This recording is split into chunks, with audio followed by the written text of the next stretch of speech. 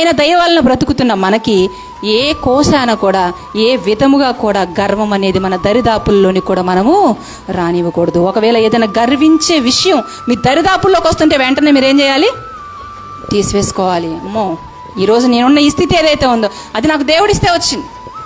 చాలామంది గర్వించి వారికి దేవుడిచ్చిన స్థితిని కోల్పోతూ ఉంటారు. తెలుసా? ఒక ఉన్నతమైన స్థితికి హెచ్చిస్తాడు దేవుడు. ప్రారంభంలో వారి భక్తి జీవితాన్ని చూసి ఒక ఉన్నతమైన స్థితికి తీసుకురాగానే వారిలో ఏం ప్రవేశిస్తుందో తెలుసా? మా అంతటి వాళ్ళు లేరు, మేమే గొప్ప, మీరు తక్కువ అని మాట్లాడతారు. హెచ్చించిన దేవుడికి ఎంతసేపు కింద పడేయటం? సింహాసనం మీద కూర్చోబెట్టేది ఆయనే, దించి గడ్డి తినిపించేది కూడా. నెబుకద్నెజర్ ఏం చేశాడు? సింహాసనం ఎక్కించాడు, గర్వించాడు, వెంటనే ఏం చేశాడు? గడ్డి తినిపించాడు. గద్దెని ఎక్కించగలడు, గడ్డి తినిపించగలడు ఆయన.